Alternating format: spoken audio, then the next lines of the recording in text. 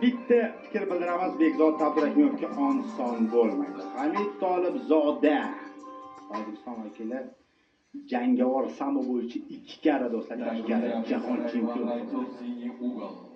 Biz albatta ishonamiz Abdurahimovga.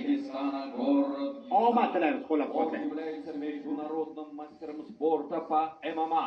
Тренер Хатам Хакиров. Спортивный клуб «Динамит». Профрекорд 1-0. Поприветствуем.